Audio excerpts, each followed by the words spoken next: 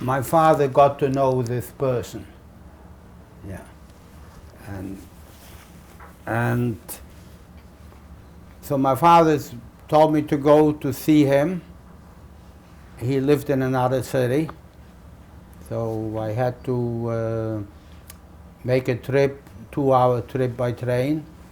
I cut off my payas, and I cut off my star that I was wearing on my sleeve, and I took the train to a city called Michalovce.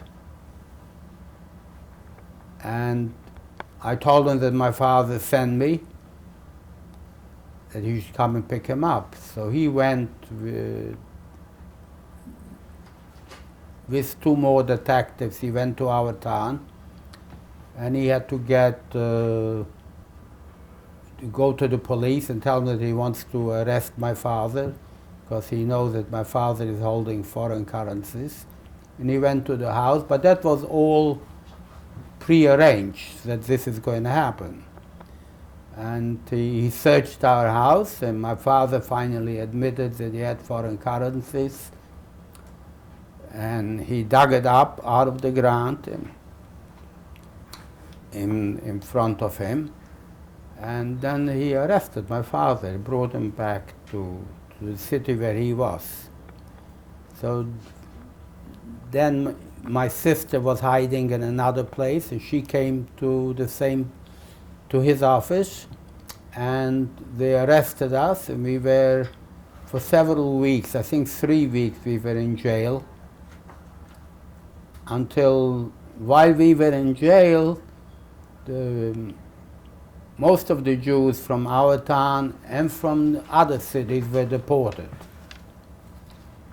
And he made arrangements for us to cross to Hungary.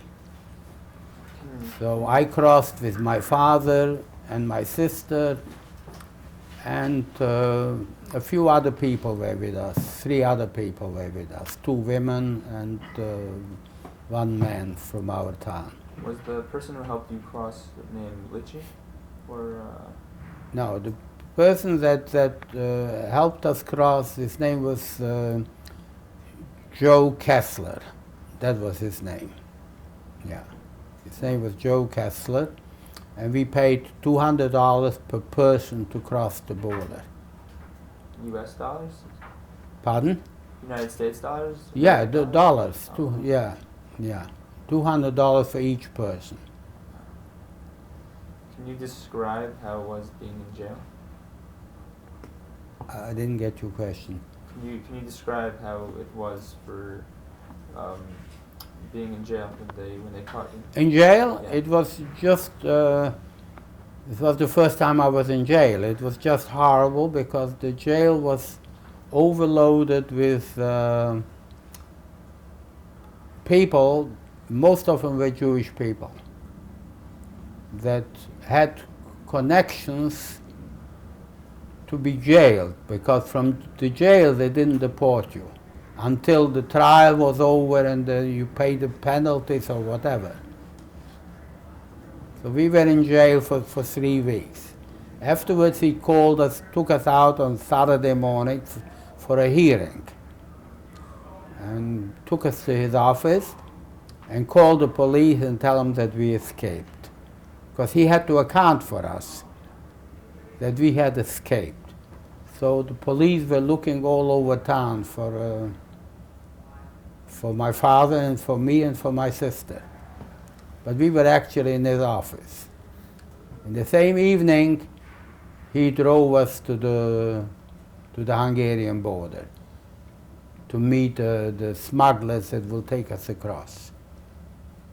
But we were very fortunate because not too many people had the same connection. Yeah. So once you crossed the border into Hungary, what was the average day there? Well, what would you do when you woke up? And well, crossing the border was not a simple thing as telling you that we crossed the border. It was very complicated. So can you describe how? We got to the border. It was on a Saturday night, and we had to go cross with a rowing boat. It was a big lake. The border town had a big lake. We had to cross that lake. And when I saw a rowing boat, of course they wanted to take my father first and me because I was the youngest and my father was the oldest. He wasn't that old, but he looked old with a beard, you know. So, and I told my father, I'm afraid to go on the rowing boat on the lake because I've never seen a big lake like that. Where I come from, we had a little river, yeah, and I've never seen a rowing boat. And I got very scared. So I told my father, I'm afraid. So my father said, don't worry. I said, I'm not going. Because we couldn't all go at one time. We had to make 2 trips. I told my father, let the other people go first, and then we will go. And when they crossed the lake and they came back to pick us up, I was the youngest. My father said, go in. I said, why don't you have my sister go in? Why don't you go in? I was still hesitant to put my foot in that rowing boat. I was afraid. I don't know why, but I was afraid to go on the rowing boat. So anyway, when I put one foot in the rowing boat, suddenly started coming shots in the air, fire. The whole sky was lit up with fire. I didn't know. I didn't know where that fire comes from. But I was told by my father that you run whenever you're attacked or they catch you. You have to try to escape. Don't wait because your sister is there or I am there or your brother is there. Always run. So I started running. I saw that they are running after me. And I must have fallen down near a wheelbarrow. And I don't know what happened to me. All I know is that I woke up several hours later, whether I passed out or whatever happened, but I was under a wheelbarrow. They did some construction work in the fields there near the water. So when I woke up, I didn't see, it was quiet, it was bright, it was in the night, but it gets light early in the morning in that part of the country. And I really didn't know what to do. So I started walking, and I hit a village. I didn't know whether I was in Hungary or in Slovakia. When I saw the name of the village, I realized I'm still in Slovakia. And so I didn't know where to go at that particular moment, and dogs started to bark when I got closer to a house. So I decided I went back towards the fields and the forest. So I went back there, and the only thing I could think of that if they catch me now, somebody will catch me, that I had dollars on me, and because I had dollars, it was illegal. They will take me back to the same person, to the same official, because he was in charge of foreign currencies. I didn't know whether my father was shot, and my sister, I just didn't know what happened. So I went back in the forest, and suddenly I realized that I thought somebody was following me, but I was afraid to turn around. Apparently it was not, nobody followed me, it was my shadow. My shadow, and I was afraid of my own shadow. So I went back in the forest, and I still feel somebody is following me from a distance away. So I turned one to the right, and that fellow, that he was quite a distance away, turned right towards me. I turned left, so I decided I'll sit down, I'm not going to go anywhere, I'm not going to play games. I don't know where to go anyhow. So the fellow that approached me was not a border guard, he was one of the smugglers that he was looking for me all night, he said, because my father is safe and my sister, and the two women, one woman had a child that crossed the lake, was arrested, and one fellow also crossed the lake. He jumped into the lake, he knew how to swim, and he swam across. And he said that my father and my sister and that fellow that had swum across the lake are safe in the forest. So he took me into the village, into a house. He knew he was from that village, I guess, and he took me into on an attic on a house. And he said I should stay there. He brought up water, he washed me up, and I stayed there all day. And the evening he came back to pick me up, and we met my father and my sister in the forest, and we crossed the border the following night. Okay, we're going to switch again.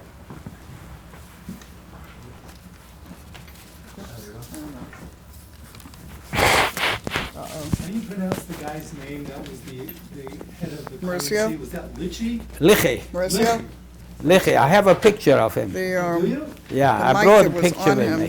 fell out. Yeah, I have a picture of him, yeah. Go that way. Okay, I'd love to see. I Who's didn't gonna have a do picture camera when now? I wrote the book. No? Yeah, he was really Oy of Yisroel. It sounds that way. He was the Oy of Yisroel. He did it all without getting paid. Wow. Wow. There was no money exchange. The way that you wrote it in the book, it So we sounds got over like the your border already. father Okay. and he had a genuine relationship. Yeah.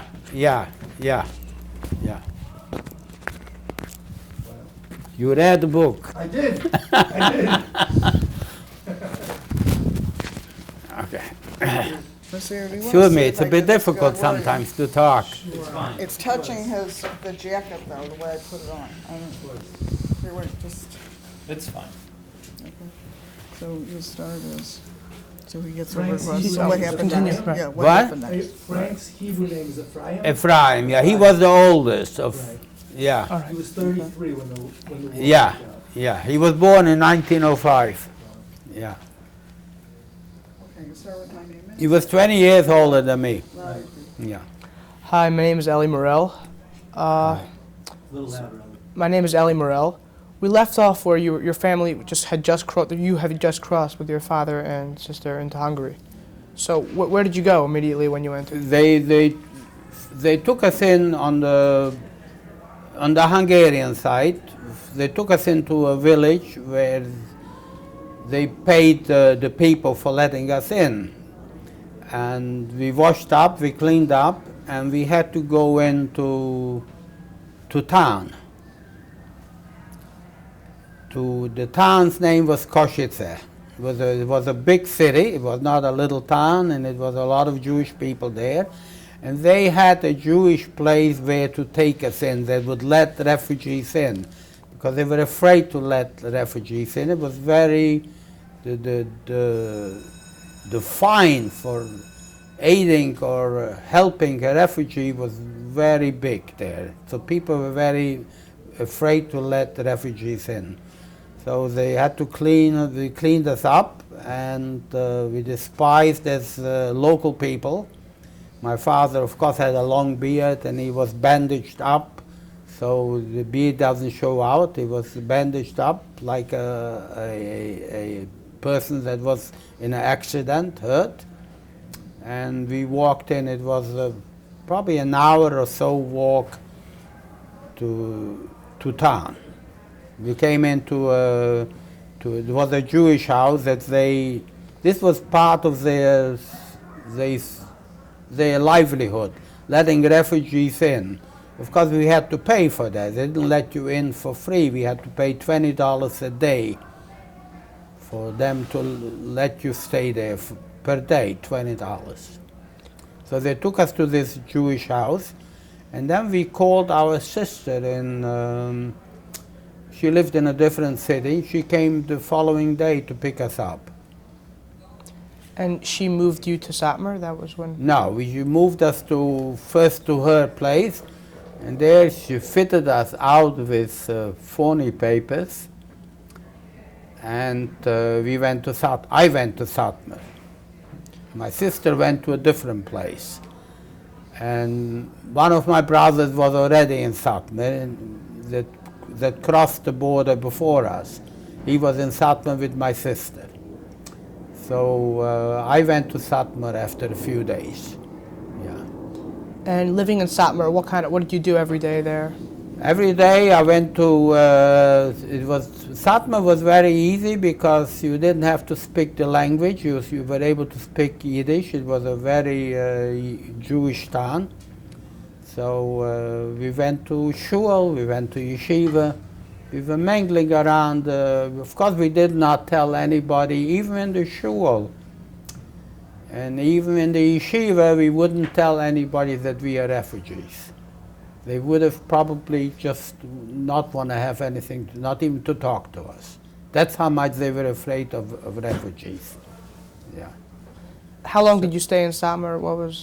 Well, I stayed only a few months because Satmar life was very, very difficult, especially for me. For me, it was harder than for my brother because there was a shortage of food. And I couldn't possibly go to any house and ask for food. My brother had no problem. He would go from one place to another. They should give him food. So one Friday night he was invited for dinner, and I was also invited. So I told him I am not going, but he said he's going. So I told him I'm going to meet him in the park outside the place where he went for dinner, and he said he's going to bring me food. So I was stopped by a policeman in the park, and the policeman beat me up, took my papers, wrinkled them up, threw them away. So I was actually bleeding, but I wasn't so concerned about me bleeding. I was only concerned about my papers. Without the papers, I can't move around, because they did stop you and ask you for identification wherever you went. So anyway, he left me there, and I finally found the papers. I went back to the place where we had rented a bed by the Big Sada Rebbe's brother-in-law. His name was Shmelke Klein. He rented out beds for Bucherim that go to yeshiva. So we were going to yeshiva, that's what we told him. And we were relatives, but we didn't tell him we were brothers because he had a different name and I had a different name. The papers were different names. So we told him we were cousins, and I slept with my brother in one bed. So I went back there, and my brother came to the park to look for me. He didn't find me. He came home with food and wanted to talk to me, and I just didn't want to talk to him. I said to leave me alone, I don't want to talk to him. And he noticed that I'm full of blood. So anyway, the next day I told him the story. I didn't want to talk to him and tell him in the Friday night what happened. And so I told him I'm leaving Satmar. And a few days later I decided I went back to the place where my sister was living. So I went back to this town. When I came back there, my father was very upset. He said, why did you come back? You know you can't stay here, because the neighbors knew me, and it was very dangerous. Anyway, I didn't want to hurt my father's feeling, so I didn't want to tell him that what life in Satmar was like. I also wouldn't tell him that I was beaten up by the police. So anyway, my sister decided that she's going to rent a room for me in town. So they rented a room for me, and I moved into that. An old lady also that rented out beds for Bukharam. So they were, my sister, my father insisted I go to the yeshiva there. It was a big yeshiva. The town was called Ungvar. So I didn't want to go to yeshiva because I wasn't interested in studying. I wanted to get a job and make a living so I don't have to go and eat, and they wanted me to eat every day in a different house, all by relatives. But they called it eating takes. Bukharam eat takes. I don't know if you ever heard that expression. So they decided every day where I'm going to eat, and Saturday where I'm going to eat. So I had no choice. I went to yeshiva, and I went to eat every day to a different place. They were all relatives, and I hated it. I always felt when I come in there that they just can't wait for me to leave, because it was dangerous. They were very nice. They would prepare the food for me and eat, and I had the feeling they didn't say it, but